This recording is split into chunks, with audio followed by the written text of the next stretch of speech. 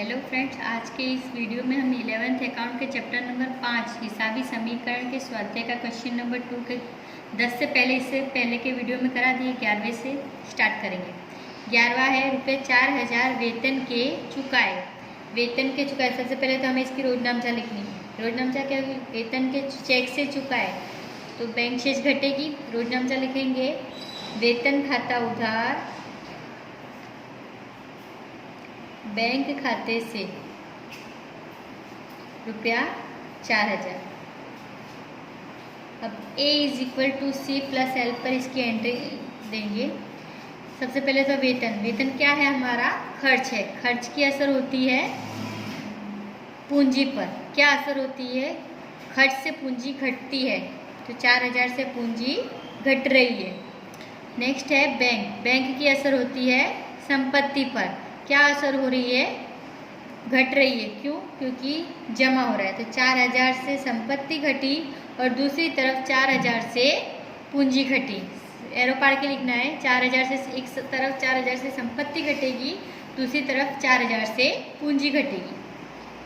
Next है ₹3000 commission के नगद मिले। तो रोजनामचा लिखते हैं इसकी। कमीशन के नगद मिले, इसलिए नगद आई। रोजनामचा लिखेंगे नगद खाता उधार कमीशन खाते से। कितना? 3000। दो व्यवहार है, दोनों के अलग अलग अपने रोजनामचा लिखते हैं और अलग अलग इफेक्ट देते हैं। नेक्स्ट कह रहा है ₹2500 मिलने बाकी, मीन्स कमीशन के मिलने बाकी। मिले नहीं है लेकिन मिलेंगे तो सही, वो हमारी है संपत्ति। तो उसकी रोजनामचा लिखते हैं मिलना बाकी कमीशन खाता उधार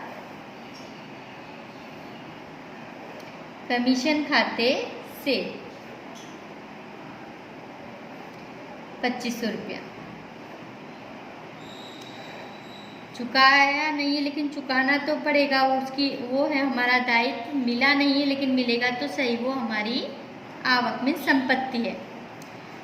अब इफेक्ट देते हैं A = C+L पर। नगद की असर होती है संपत्ति पर। क्या असर हो रही है? बढ़ रही है। 3000 से संपत्ति बढ़ी। नेक्स्ट है कमीशन क्या है? अपनी आवक है। आवक की इफेक्ट किस पे होती है? पूंजी पर। क्या इफेक्ट हो रही है? बढ़ रही है। क्यों? क्योंकि ये जमा हो रहा है। तो एक दोनों साइड इक्वल असर हो गई। एक तरफ संपत्ति बढ़ी और दूसरी तरफ पूंजी बढ़ी। नेक्स्ट इसकी देते हैं दूसरी की इफेक्ट देते हैं मिलना बाकी कमीशन। मिला नहीं लेकिन मिलेगा तो सही, हमारी है संपत्ति। इसकी असर होती है संपत्ति पर। क्या असर हो रही है इसकी? संपत्ति पर बढ़ रही है। क्यों? क्योंकि ये उधार हो रहा है। ठीक है। नेक्स्ट है कमीशन क्या है? अपनी आवक। इसकी असर होती है पूंजी पर। इसका मतलब ये भी पूंजी बढ़ रही क्योंकि जमा हो रही है। अब टोटल ऐसा देखा जाए तो 5500 रुपया संपत्ति में बढ़े हैं और 5500 रुपया पूंजी बढ़ी है।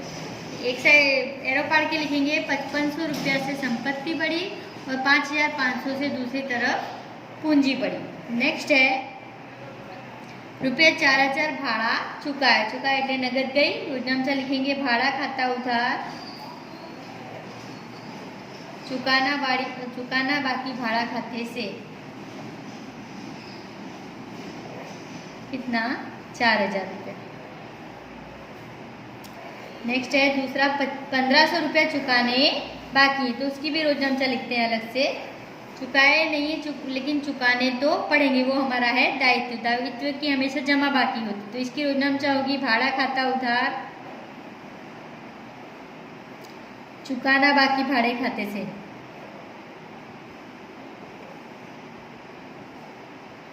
कितना?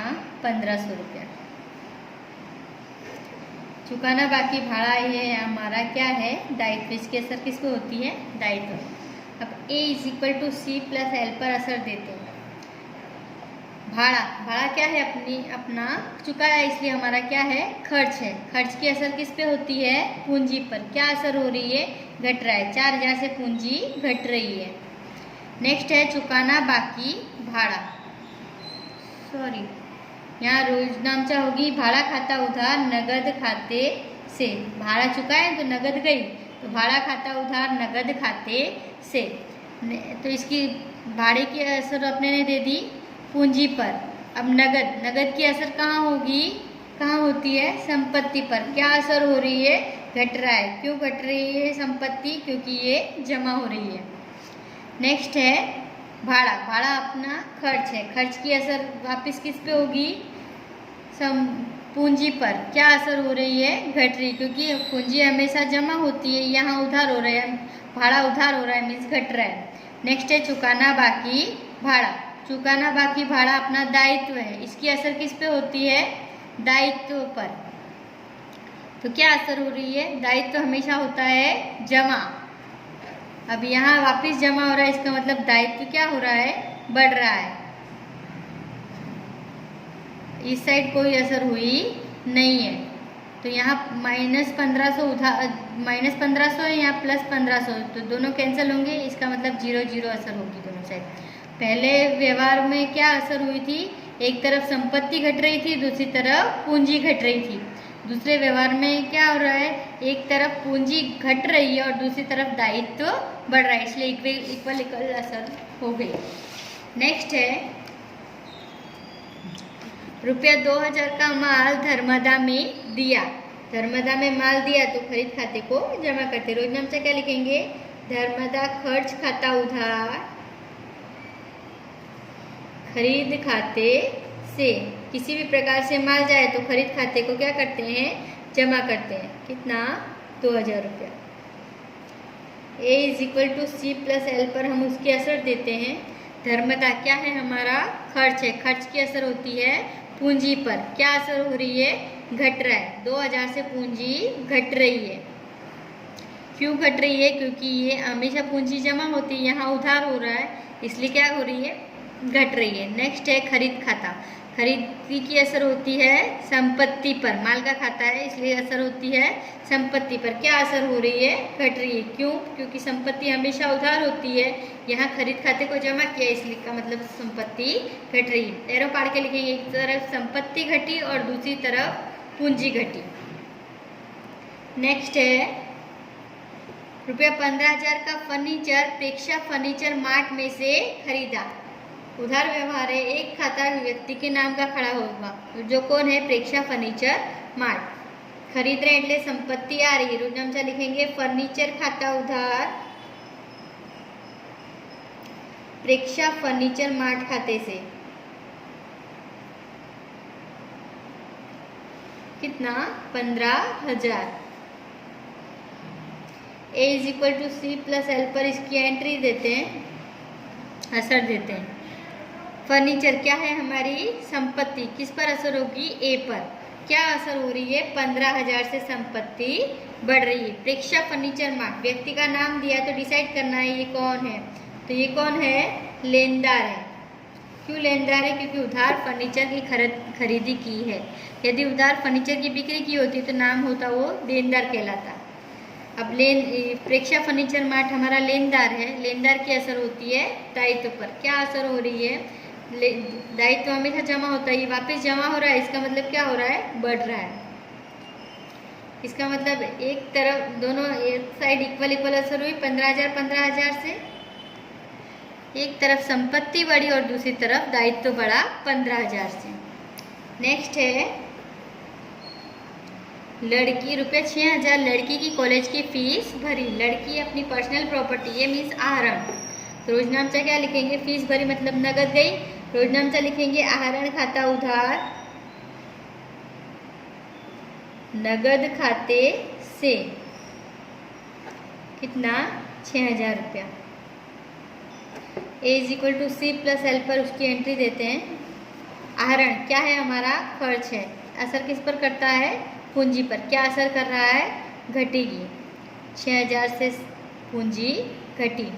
नेक्स्ट है नगद, किस पर असर करती है, संपत्ति पर। क्या असर कर रही है, घट रही है। क्यों घटी, क्योंकि संपत्ति हमेशा उधार होती है, उस पर असर करता तत्व जो है नगद, वो जमा हो रहा है इसलिए घट रही है।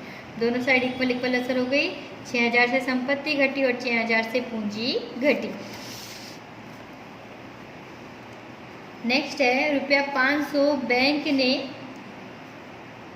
ब्याज के जमा किए।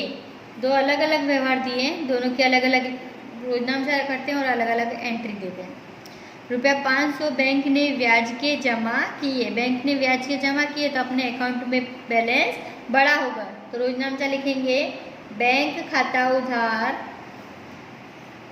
बैंक ब्याज खाते से कितना 500 रुपये। दूसरी की रोजनामचा लिखते हैं, आगे कह रहा है बैंक खर्च के रुपया 200 अपने खाते में उधार किए। बैंक खर्च क्या है, हमारा भी खर्च है, उससे हमारा बैलेंस घटेगा तो बैंक को जमा करेंगे, बैंक खर्च होने से उधार करेंगे। रोजनामचा लिखेंगे बैंक खर्च खाता उधार बैंक खाते से कितना 200 रुपये। अब A = C + L पे इसकी एंट्री देते हैं। बैंक खाता उधार, बैंक की असर होती है संपत्ति पर, क्या असर हो रही है, बढ़ रही है, 500 से संपत्ति बढ़ी। बैंक ब्याज क्या है, अपनी आवक है, आवक की असर किस पे होती है, पूंजी पर, क्या असर हो रही है, बढ़ रही है, आवक से पूंजी बढ़ती है और खर्च से घटती है। नेक्स्ट है बैंक खर्च, बैंक खर्च क्या है, हमारा खर्च है, खर्च की असर किस पे होती है, पूंजी पर, क्या असर हो रही है, घट रही है, तो 200 से पूंजी घटी। बैंक की असर होती है संपत्ति पर, यहाँ क्या असर हो रही है, घट रही है, 200 से संपत्ति घट रही है क्योंकि ये जमा हो रही है। अब टोटल ऐसे देखा जाए तो 300 रुपये से संपत्ति बढ़ी